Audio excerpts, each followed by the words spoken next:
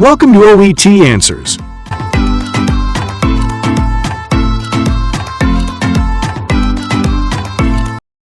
Occupational English Test. OET Answers Practice Test, Listening Test. This test has 3 parts. In each part, you'll hear a number of different extracts. At the start of each extract, you'll hear this sound. You'll have time to read the questions before you hear each extract, and you'll hear each extract once only. Complete your answers as you listen. At the end of the test, you'll have 2 minutes to check your answers. Part A. In this part of the test, you'll hear 2 different extracts. In each extract, a health professional is talking to a patient. For questions 1 to 24, complete the notes with information you hear. Now, look at the notes for Extract 1. Extract 1. Questions 1 to 12. You hear a neurologist speaking with a patient called Mr. Keller. For questions 1 to 12, complete the notes with a word or short phrase. You now have 30 seconds to look at the notes.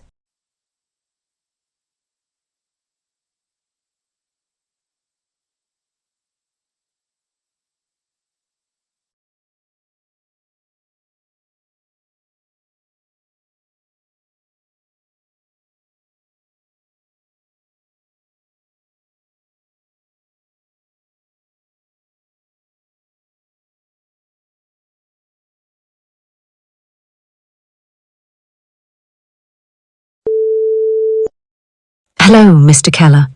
My name is Dr. Sarah, and I'll be helping you with your current health concerns. How are you feeling today? I'm all right, I guess. Just a bit sore and a little on edge, honestly. I understand.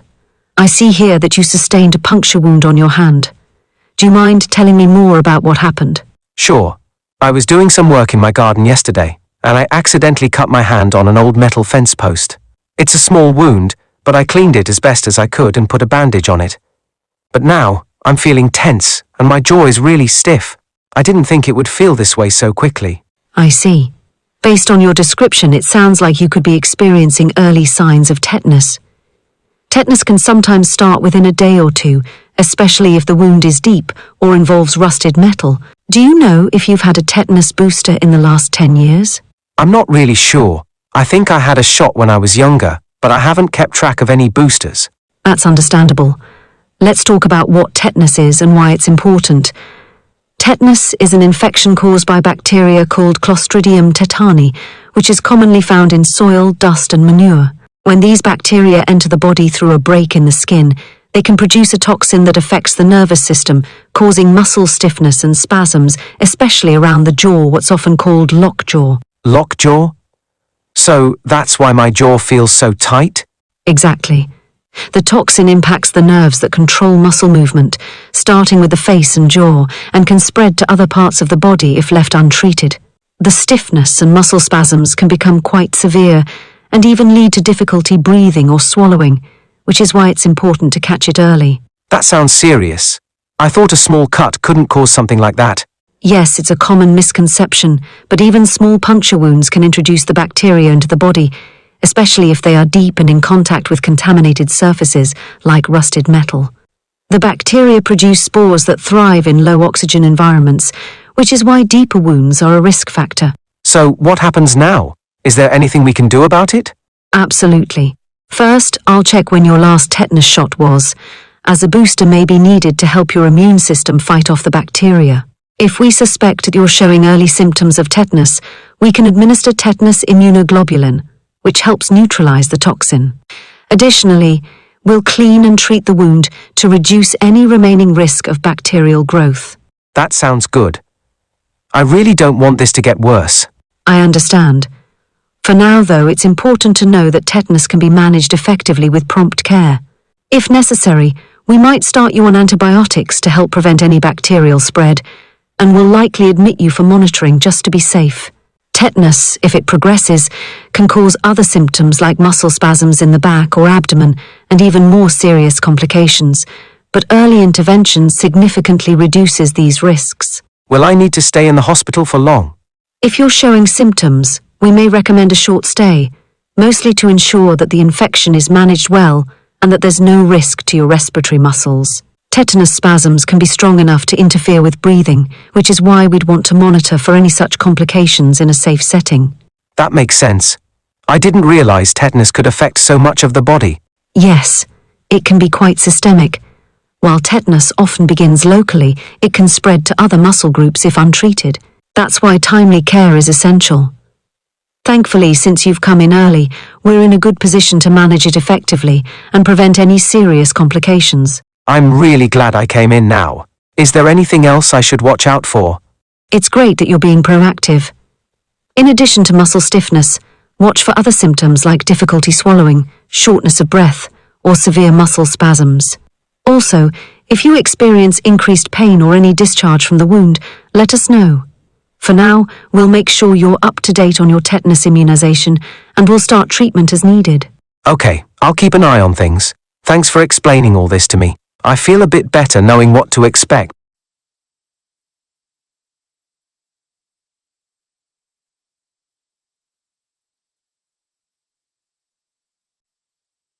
Extract 2.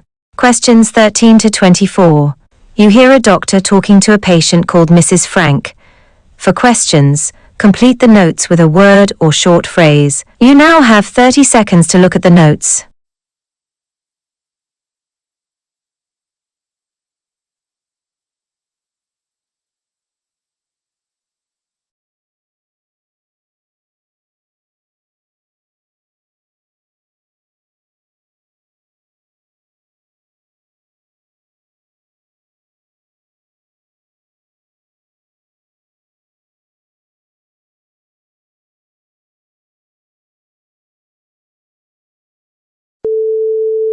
Hello, Mrs. Frank. My name is Dr. Norman. How are you doing today? Well, I wouldn't say I'm doing fine. My skin has been driving me crazy lately. I understand. Skin issues can be very frustrating. I see from your records that you've been experiencing dryness. Could you tell me a bit more about what's going on? Yes, it's been terribly dry, especially on my legs and arms. No matter how much moisturizer I put on, my skin just feels rough and even scaly. It's almost like sandpaper. That sounds uncomfortable. How long have you been dealing with this dryness? It's been about 3 months now. It used to be just a little itchy, but it's gradually gotten worse. And now it even hurts sometimes. Has anything changed in your routine or environment over the past few months, like new skincare products, laundry detergent, or even moving to a different climate? Not really. I've been using the same lotion and I haven't moved or anything like that. But I did notice it got worse during the winter. Yes, cold weather and low humidity can certainly worsen dryness, a condition we call xerosis. It's especially common in the winter months. Have you noticed any cracking or bleeding in the dry areas? Yes, unfortunately. My heels and elbows even started to crack, and it stings whenever I try to put lotion on them. I see. Xerosis, or dry skin, happens when your skin loses its natural oils, which protect and maintain moisture. When the outer layer becomes too dry, it can cause the cracking and scaling you're experiencing. Let's also talk about a few factors that may be contributing, such as age, hydration, and the types of soap or body wash you're using. Oh, I didn't realize age had anything to do with it.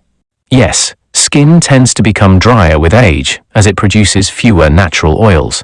Hydration is another factor. When we're dehydrated, it affects skin moisture levels as well. Do you know if you're drinking enough water each day? To be honest, probably not as much as I should. It's a common issue, but keeping hydrated is important. Also, certain soaps, especially those with strong fragrances or harsh ingredients, can strip the skin of its natural oils. Are you using any scented or antibacterial soaps? I do like to use some scented body washes, but I never thought it could be making things worse. Yes, fragranced and antibacterial soaps can indeed worsen dryness. Switching to a gentle, fragrance-free cleanser can help maintain moisture. Additionally, while moisturizing is key, there's a certain technique that can help it work better. Are you applying it right after bathing, while your skin is still damp? No, I usually dry off completely and then put it on. Applying moisturizer right after patting your skin dry can help lock in moisture much more effectively. I'd recommend a thick, fragrance-free cream rather than lotion, as creams tend to be richer and more hydrating. I can suggest a few options that might work well for you. That would be great. So, are there any treatments beyond just using creams? Yes, for cases where xerosis is severe, we can consider other options.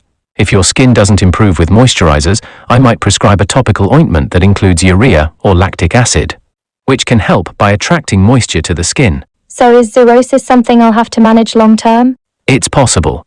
For many people, dry skin is a recurring issue, especially during colder months. However, with the right skincare routine and a few lifestyle changes, you should be able to control it quite well. In addition to moisturizing, keeping your showers short and warm, rather than hot, can prevent skin from drying out further. Using a humidifier at home can also help if the air is particularly dry. I hadn't thought about using a humidifier, but that makes sense. And I guess I'll have to cut down on the hot showers. It can be a challenge, especially in the winter, but it's worth it to prevent dryness. Let's start with these adjustments, and if the xerosis persists or worsens, we can look into more intensive treatments. We'll also monitor for any cracks or signs of infection, as those can sometimes develop if dryness is severe. Thank you, Doctor. This all makes sense, and I feel better knowing there's a plan. You're very welcome. Dry skin can be tough to deal with, but with these changes, you should see improvement soon. If anything unusual comes up, or if you have concerns, don't hesitate to come back.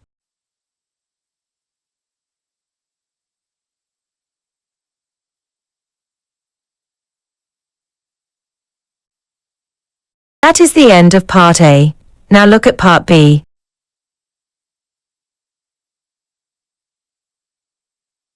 Part B. In this part of the test, you'll hear 6 different extracts. In each extract, you'll hear people talking in a different healthcare setting. For questions 25 to 30, choose the answer A, B, or C, which fits best according to what you hear. You'll have time to read each question before you listen. Complete your answers as you listen. Now look at question 25. You hear an intern asking a senior doctor about the diagnosis of a patient. Now read the question.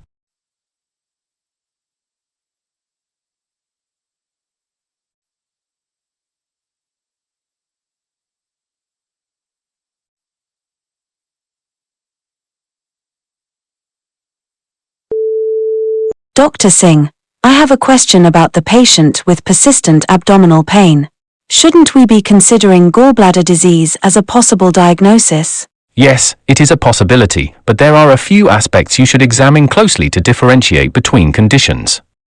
For example, gallbladder pain often presents in the upper right abdomen, but pancreatitis can cause pain that radiates to the back, and IBS often presents differently in both location and severity. Have you thought about the patterns of these pains? Oh yes, gallbladder pain is often sharper and more localized. Thank you for helping me to consider other possible causes.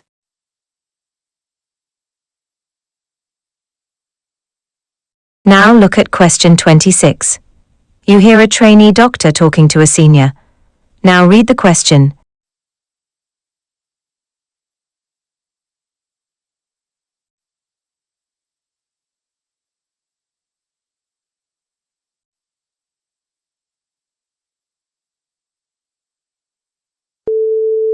Is an arterial blood gas, ABG, sample from a patient who presented with shortness of breath.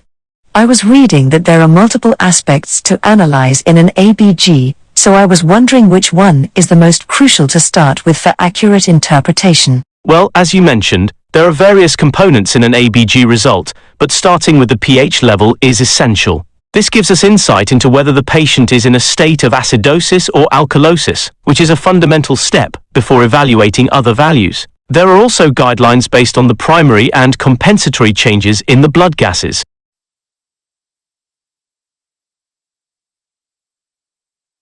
Now, look at question 27. You hear a nurse discussing a new initiative aimed at improving patients' sleep quality in the hospital. Now, read the question.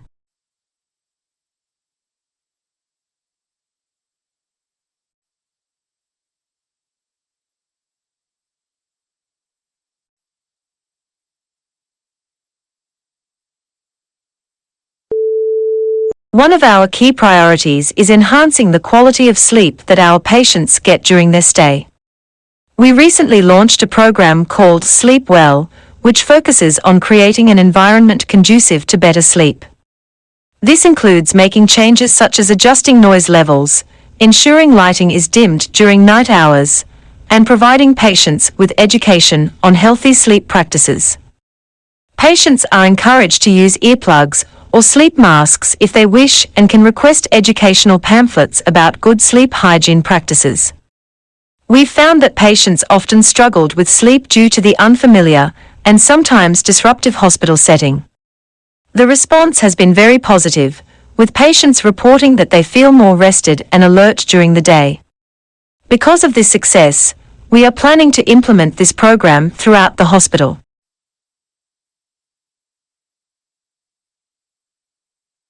Now look at question 28. You hear a public health expert introducing a professional development workshop. Now read the question.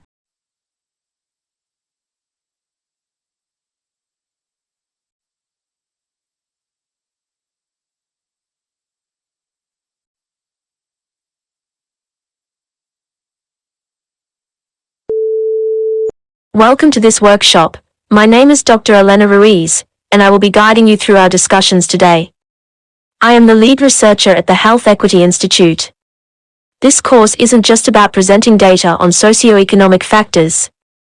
Instead, it is designed to help you build an intuitive grasp of how these factors translate into real-life disparities in healthcare access and outcomes. The purpose is to deepen your understanding of the subtle yet significant ways in which socioeconomic status can affect patient care. Knowing the facts alone is insufficient. It's about being able to evaluate and interpret the findings in research to inform your practice effectively. Addressing disparities in healthcare starts with critically engaging with the evidence beyond surface-level conclusions. Your patients rely on you to consider these factors when advocating for their health, which is why we are here.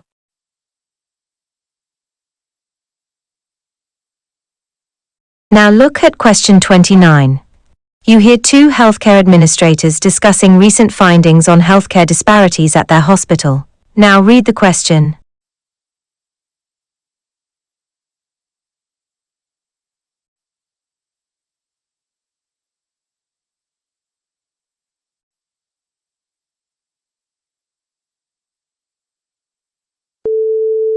We've been looking at the data again, and it's clear that some of our communities aren't receiving the same level of care.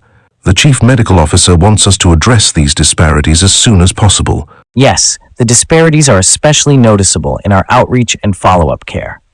Certain groups are missing out on necessary services. Where are the reports on this? I believe they're with Dr. Lee, but do we have a strategy in place to address the gaps yet? No, not yet. They've been tied up in meetings all week, so I'm not sure anyone has had the chance to take charge of it. Well, Dr. Lee already flagged this as a priority project. We can't keep delaying if we want to make an impact. This should be our top focus. Agreed. I'll start working on an action plan immediately. Let's get ahead on this.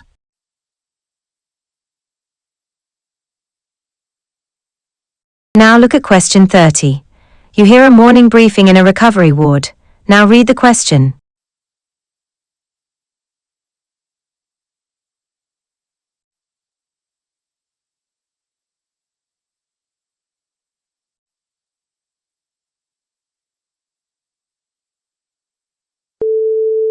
Who had her surgery yesterday morning.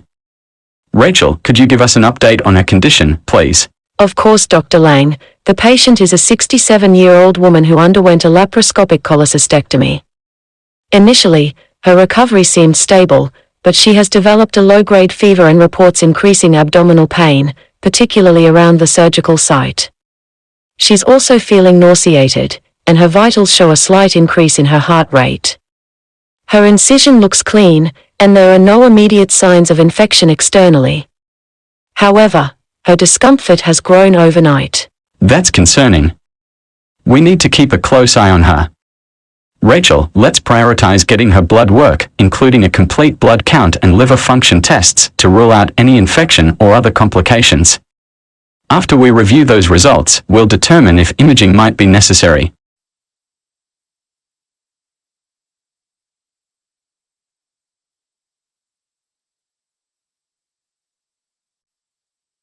That is the end of part B. Now look at part C.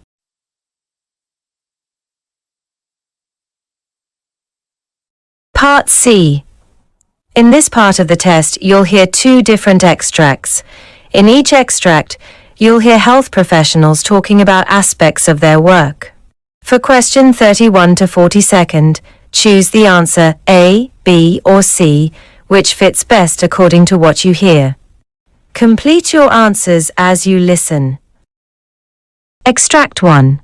Questions 31 to 36. You hear Dr. Evelyn Ross giving a detailed presentation on racial and gender disparities in healthcare. You now have 90 seconds to read questions.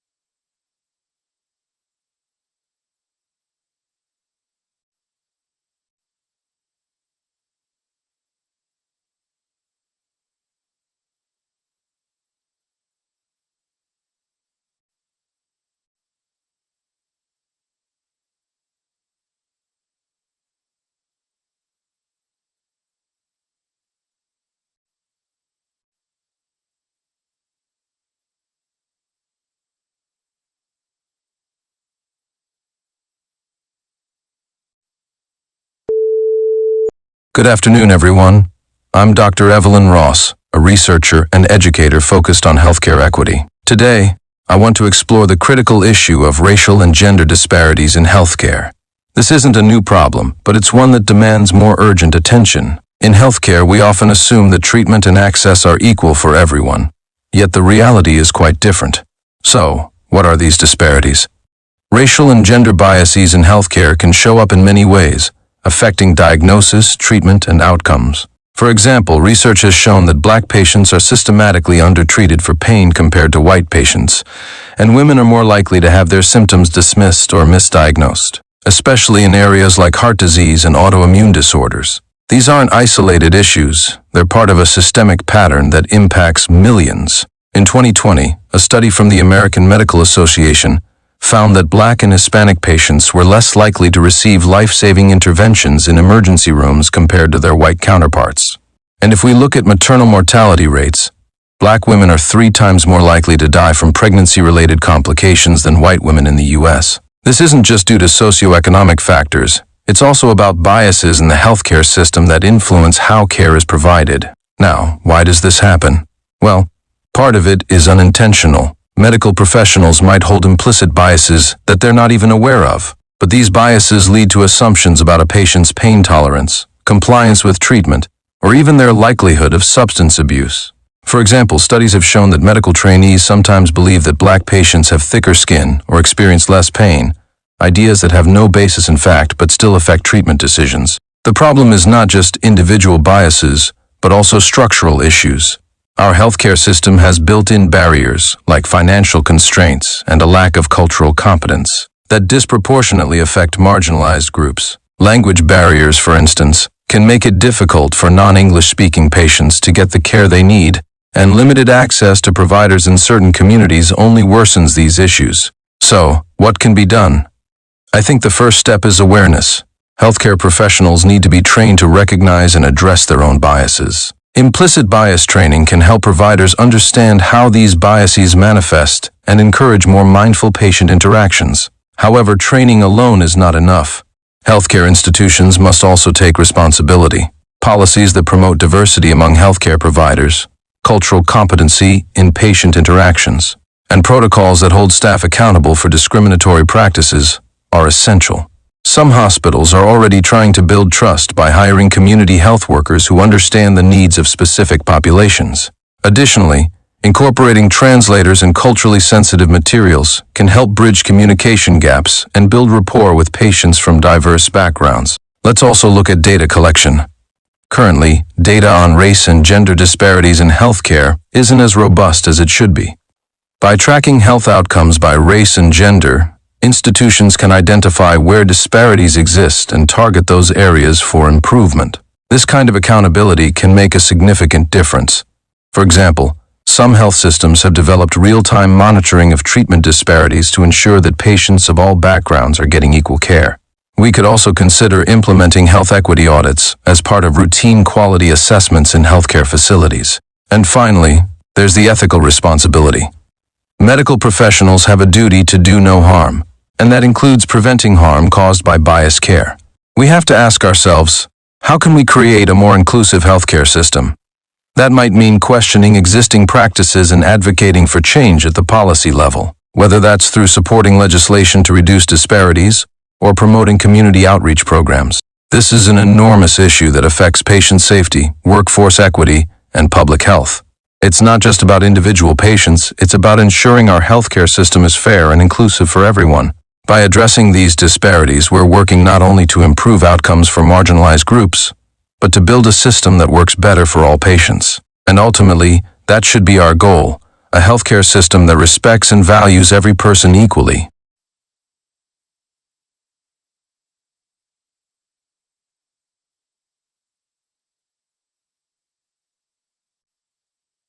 Extract 2. Questions 37 to 42. You hear a conversation between a journalist and Dr. Amy Tran discussing intermittent fasting. Now, read the questions. You now have 90 seconds to read questions.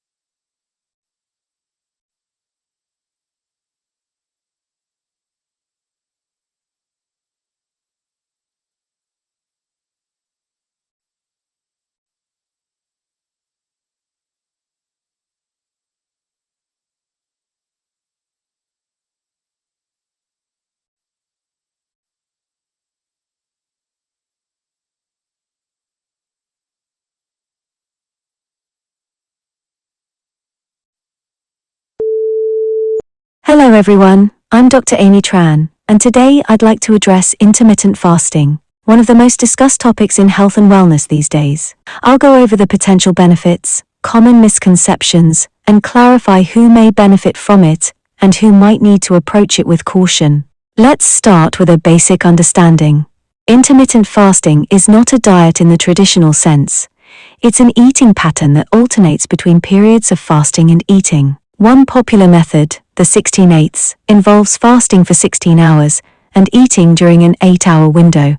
The science behind intermittent fasting suggests that it can support weight management, improve metabolic health, and even contribute to longevity. But the question is, how well does this hold up?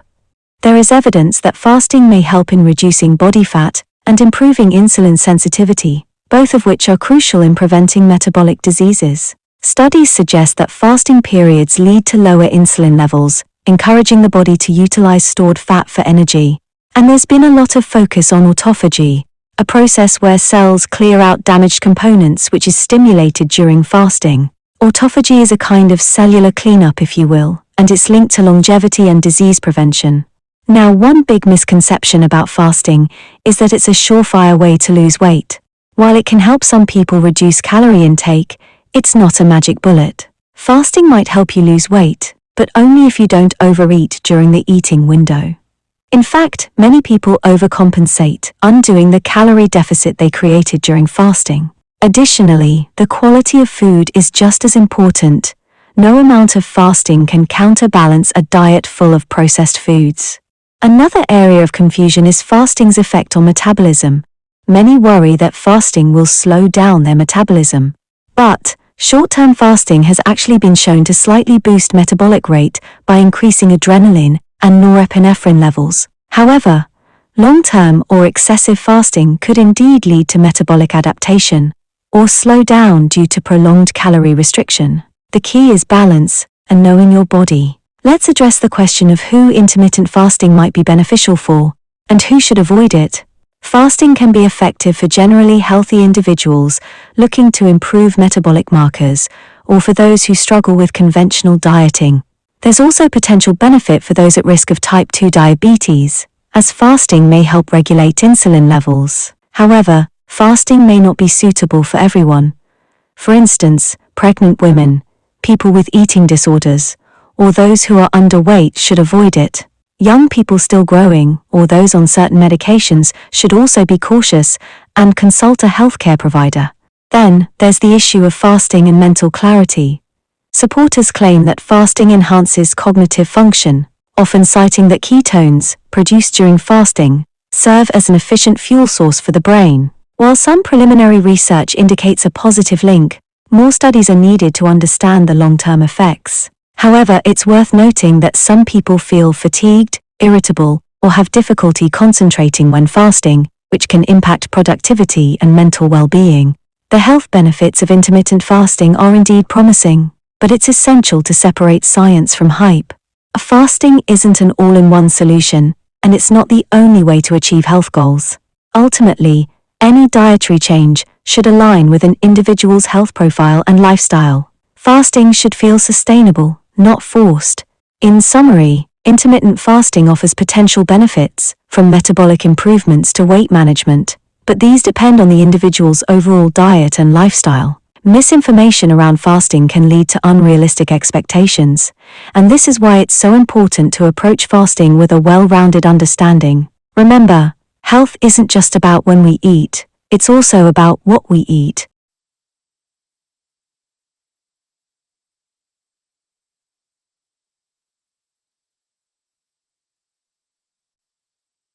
That is the end of Part C. You now have 2 minutes to check your answers.